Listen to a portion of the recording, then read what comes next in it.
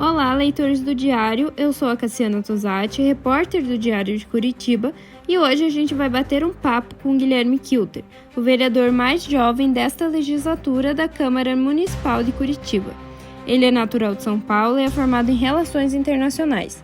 Empresário, é líder da Renova Brasil e presidente da Juventude do Partido Novo no Paraná.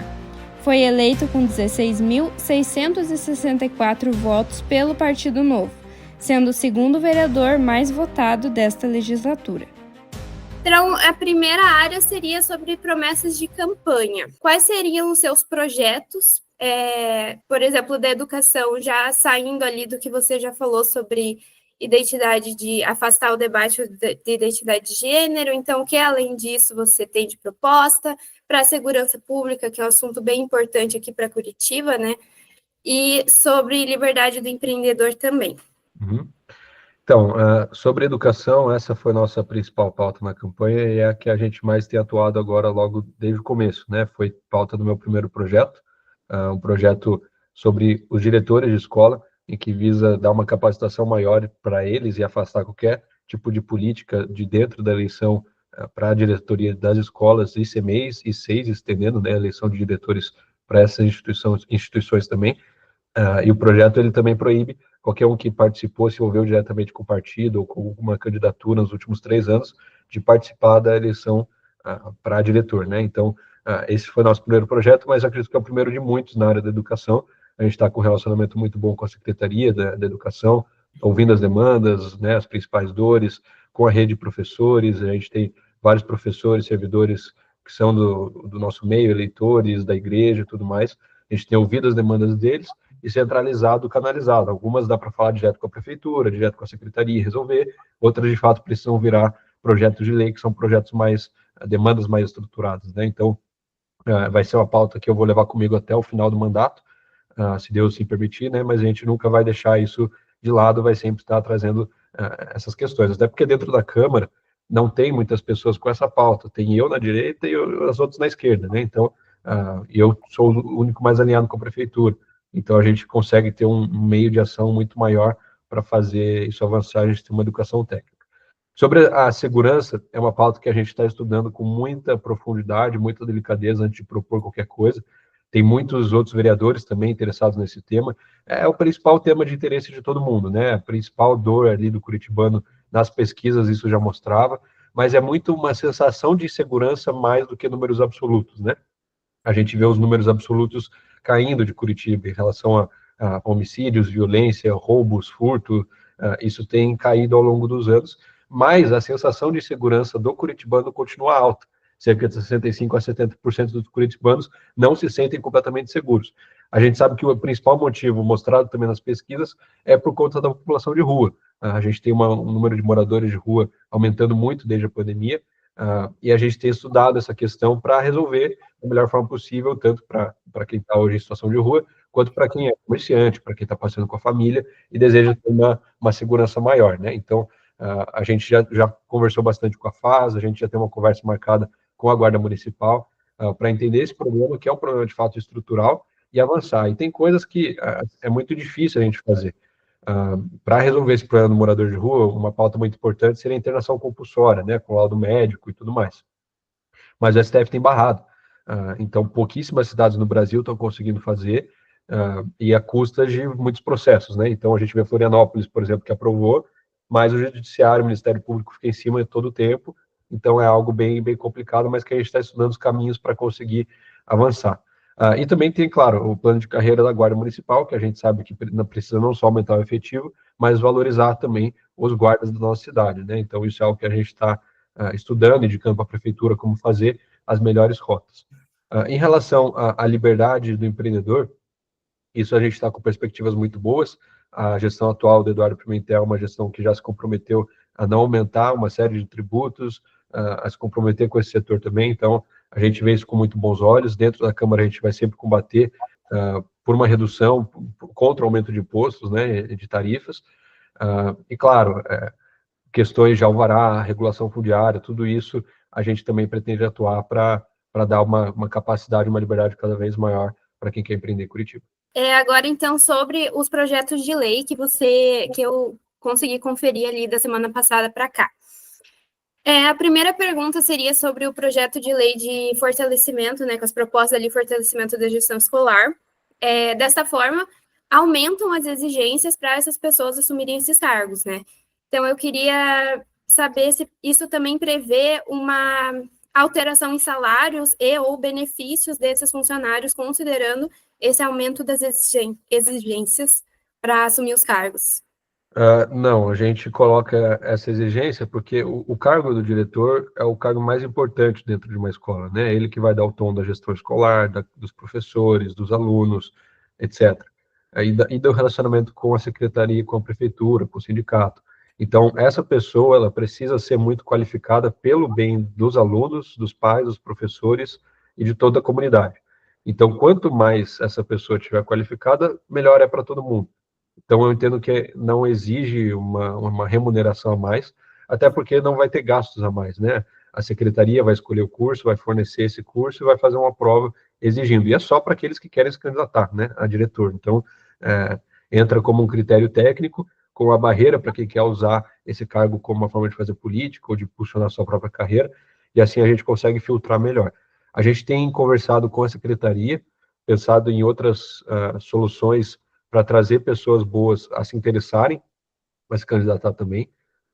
Aí também talvez exista no futuro alguma possibilidade de bonificação, baseado em meta, coisas do tipo, mas a gente ainda está estudando essa proposta para que seja bom para todo mundo, né? A comunidade escolar, o professor precisa trabalhar bem, precisa ter boas condições de trabalho, não pode ter uma carga horária excessiva, mas a gente também precisa que a estrutura esteja funcionando bem, né? Que a gestão esteja funcionando bem. Então, os nossos projetos, eles sempre vão vir com esse estudo, com essa implementação fácil. Não adianta nada eu pegar e fazer um projeto de lei e falar, ó, a prefeitura vai gastar tantos mil reais a mais para cada diretor, sendo que não tem no orçamento isso. Então, não tem como a gente dar um passo maior que a perna, né? Então, a gente vai sempre analisar isso de forma muito técnica. A segunda questão nessa categoria seria sobre o projeto para proibir a utilização de símbolos de movimentos sociais ou partidários e ideológicos, como bandeiras LGBT e do MST, por exemplo. Esse projeto prevê também a proibição, por exemplo, de exposição de símbolos religiosos e, nessa linha, o que difere essa representação de movimentos sociais e representações de cunho religioso nesses ambientes? Não proíbe nada em relação a religioso, a gente não colocou nada na lei sobre isso, eu entendo que entra na liberdade religiosa, mesmo que seja em prédio público, todo mundo tem a sua crença e acredito que é válido expressá-lo. Agora, tudo que está vedado é movimento social e político, né? Eu acredito que o prédio público, ele é pago e mantido por recursos públicos, então não é lugar de fazer politicagem, de formar ideologia, de formar militância. Se quiser fazer isso, que pague do próprio dinheiro. Essa é a ideia, né? Então, para os dois lados, tanto para a direita quanto para a esquerda. A questão é que a gente não vê muita direita usando desses recursos, né? Você não vê o Novo, você não vê o PL, você não vê movimento de direita usando prédios públicos para fazer evento ou para formar militância. É algo muito mais comum na esquerda. A gente vê movimentos sociais, MST, LGBT, esse tipo de coisa. Então, a gente quer vedar isso para que não seja usado como uma plataforma, né? Para que o pagador de imposto não veja seu dinheiro indo para coisas que ele não acredita, que ele não defende, que o prédio público seja usado para fins públicos, né? Então, sem necessariamente expressar uma ideologia ou um lado partidário. Eu acredito que é super válido, a aprovação desse projeto foi muito boa, a repercussão foi grande também, e até agora não tive nenhum feedback negativo. Então, a aceitação da população foi muito boa. De fato, a sociedade já está cansada, sabe? Dessa expressão exacerbada de militância, ideologia que ninguém aguenta mais. Então, isso é uma forma da gente blindar também os gastos públicos e o prédio público desse tipo de coisa. Agora, partindo, então, para outra categoria, que seria, acho que, necessário, pertinente trazer aqui por conta da repercussão, que seria da eleição do Trump. Uma das primeiras ações do Trump foi perdoar os invasores do Capitólio. E no Brasil, a gente teve um momento semelhante, que foi a invasão do Congresso. Você acredita que num cenário de 2026, com um novo presidente, com a possibilidade de um novo presidente de direita ser eleito, essa medida pode ser semelhante aqui no Brasil? Pode haver uma medida semelhante aqui no Brasil? E, na sua opinião, essa decisão deveria ser tomada aqui no Brasil também? Com certeza. A gente não houve uma tentativa de golpe. Golpe se faz com tanque na rua e arma na mão.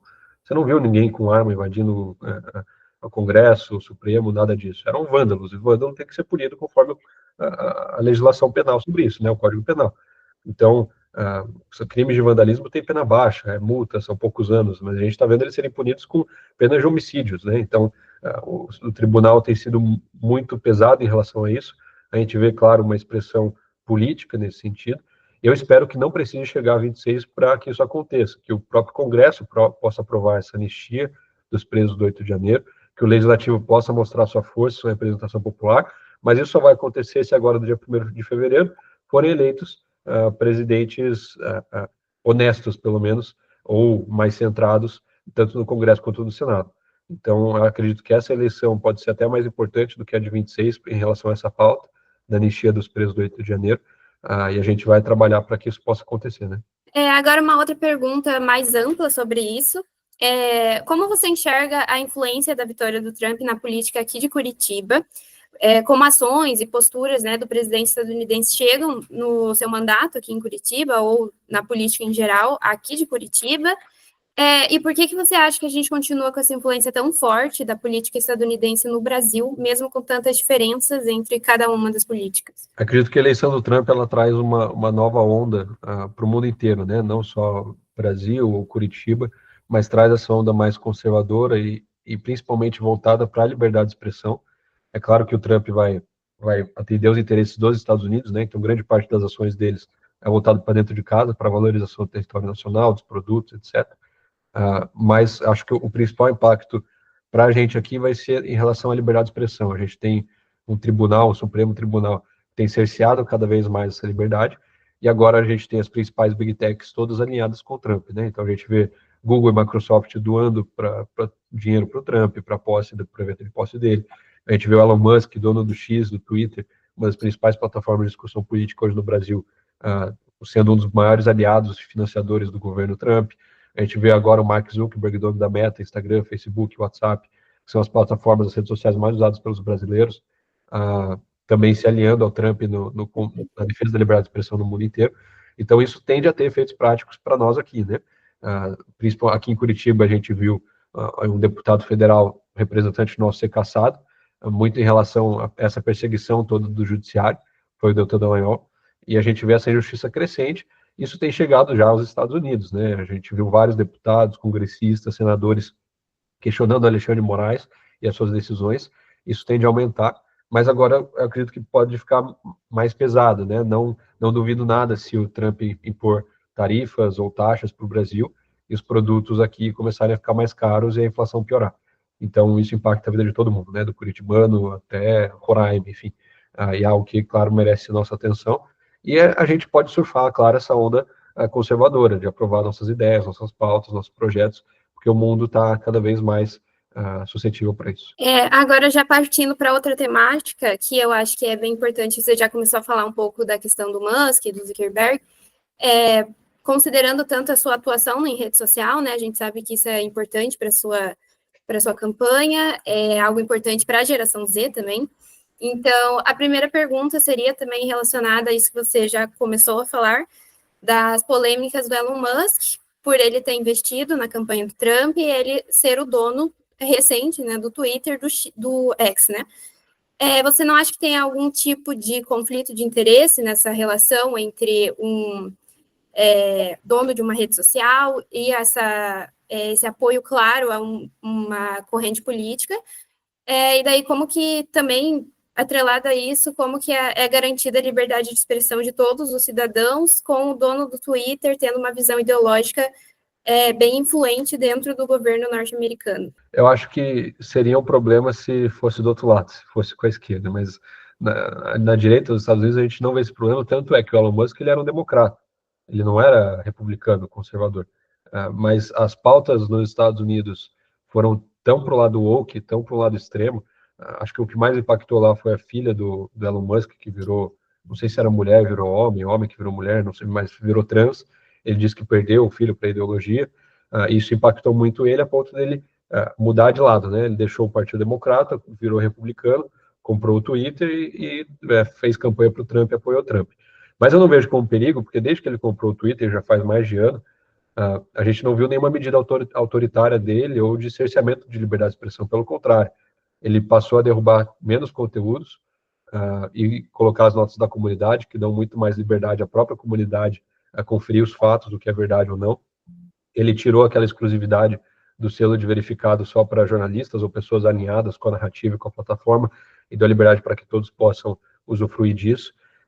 Vira e mexe, você vê pessoas xingando o Elon Musk de nazista, de fascista no Twitter, e nada acontece com elas, não tem a conta derrubada, não são processadas, elas têm lá a sua liberdade de expressão.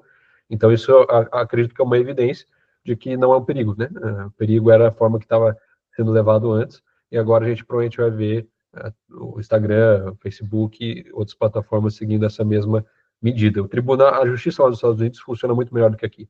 Caso o Elon Musk avançasse nesse sentido de cerceamento de liberdade de expressão, de censura, com certeza isso ia refletir nos tribunais e as decisões judiciais iam pesar contra ele. Mas não tem acontecido, não tem essas denúncias, e se tiver, naturalmente que seja levado à justiça, né, que seja feita a justiça. Perfeito. Emendado nessa pergunta e nessa sua fala, já aprofundar um pouquinho, que teve essas atualizações de políticas do Meta, que recentemente assumiu uma política muito mais conservadora, fez grandes ações como colocar fim na ferramenta de checagem de fatos, por exemplo. Qual seria a sua opinião sobre essas informações, essas alterações? Eu acho completamente benéfico, dá mais poder para a comunidade, para o usuário. A gente vê nas agências verificadoras, de fato, um grande, não sei se dá para dizer complô, mas eles tinham um alinhamento ideológico muito claro com a grande mídia, com a velha mídia. Grande parte dessas agências eram financiadas pela grande imprensa, Estadão, Veja, Folha de São Paulo, era uma extensão dessas mídias, então a gente via essas agências tomando esse lado da mídia tradicional e claro, focando em uma parte do eleitorado específico, né? A gente via muito mais conteúdos sendo desmentidos ao lado da direita do que qualquer outro, e não porque tem mais mentira da direita. Se você pega o Twitter, o que mais tem é gente da esquerda tomando verificação, Pedro Rousseff, aquele vereador lá, sobrinho da Dilma, o André Janones, Lindbergh, Gleisi Hoffmann, toda hora estão tomando checagem, que não acontecia antes com as agências de verificação. Então trouxe mais liberdade, trouxe mais celeridade para esse processo. Eu acredito que no Instagram vai funcionar da mesma forma. A gente tinha muito conteúdo que era derrubado por nada. Você postava conteúdo relacionado à vacina, principalmente, até o próprio Zuckerberg confessou isso na entrevista para o Joe Rogan, que o pessoal da administração do Biden pedia para eles derrubarem qualquer conteúdo relacionado à vacina, e a gente viu muito isso durante a pandemia. A gente viu conteúdos sobre identidade de gênero sendo derrubados muito fácil, sobre aborto, enfim, sem violar claramente os termos de uso, né, da plataforma. Então, acredito que isso vem para dar uma liberdade maior e para, de fato, trazer mais transparência para esse processo. E em relação a essas alterações nas políticas das redes sociais, como que você acha que isso afeta a atuação política dos cidadãos curitibanos? E se você já sentiu alguma diferença na sua própria atuação e posicionamento nas redes sociais? No Twitter, sim, né, porque já foi implementado. No Instagram, na Meta, de forma geral, ainda não foi implementado, tem teste lá nos Estados Unidos, essas novas medidas anunciadas pelo Mark. Então, na prática, tiveram poucas mudanças aqui no Brasil, não senti nada nas minhas redes. É uma atualização que tende a vir ainda, que tende a chegar, mas eu acredito que melhora o jogo para todo mundo, né? A gente joga com a mesma regra e fica muito mais fácil de cada um fazer o seu. É claro que a direita consegue se comunicar muito mais fácil do que a esquerda nas redes sociais, principalmente porque a gente tem a narrativa do povo hoje, né? A gente vê aí a questão do Pix. O governo perdeu completamente a pauta do trabalhador, do brasileiro, do empreendedor, pequeno empreendedor, já não representa mais. Agora a gente vê essa questão da Erika Hilton, LGBT, o próprio Nicolas Ferreira puxando muita gente desse grupo para perto. Então, a questão é essa, só não vê quem não quer. Basta abrir o olho para ver a situação que está o Brasil hoje. Um governo que, ao invés de melhorar suas medidas e mudar de rota, e continua insistindo que é tudo problema de comunicação e está todo mundo errado, e agora até a própria Globo desembarcou. Então, a gente precisa analisar esse contexto e, de fato, colocar a verdade para a população, e isso tende, claro, a trazer muitos resultados. Essas seriam as perguntas, agora a gente parte ali para o bate-bola, que são aquelas 5 temas, 5 nomes bem rapidinho para responder. O bate-bola primeiro seria de 5 coisas, então são 5 temas polêmicos que a gente tem aí, que é sempre importante trazer, né, de volta. Então, começando, eu vou falar o tema, daí você responde e assim a gente continua. Primeiro, então, seria aborto. Sou contra. quer desenvolver? Elabora ou é bate-palma? Pode elaborar, pode elaborar. Eu acredito que a legislação que a gente tem hoje no Brasil já supre, né? Casos de risco à mãe, principalmente, acho que é o principal caso que deve ser proibido. Não concordo muito em relação ao estupro, a não ser que haja um caso de risco à vida da mãe, a criança não tem culpa nenhuma disso, é uma vida nova, uma vida inocente que merece ser preservada.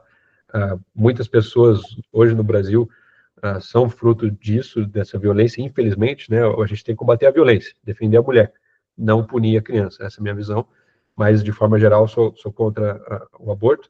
Acredito que a vida começa desde a concepção, assim como a gente tem entendimento na maior parte do Ocidente, e toda a vida merece ser defendida, inclusive a vida dentro da barriga da mãe. Legalização das drogas. Estou contra, em nenhum lugar que foi aprovado deu certo, a gente sempre vê um aumento de criminalidade, de tráfico, o crime sempre se fortalece, e o consumo também, então não é nem um pouco benéfico essa tese de que o governo arrecada mais, de que começa... Não é verdade, porque só fortalece o tráfico sempre vai conseguir fornecer um produto melhor e mais barato em maior escala do que o governo, isso já é comprovado, tem estudos que mostram isso, então não tem benefício nenhum em legalizar e tributar, só tem problemas e eu sou completamente contra isso, porque a droga destrói completamente as famílias, as pessoas. A gente vê aí 70% dos moradores de rua hoje, até em Curitiba, tem problema com drogas. As nossas comunidades terapêuticas estão lotadas, estão cheias, não tem mais vaga. Pessoas tentando se libertar, se livrar das drogas.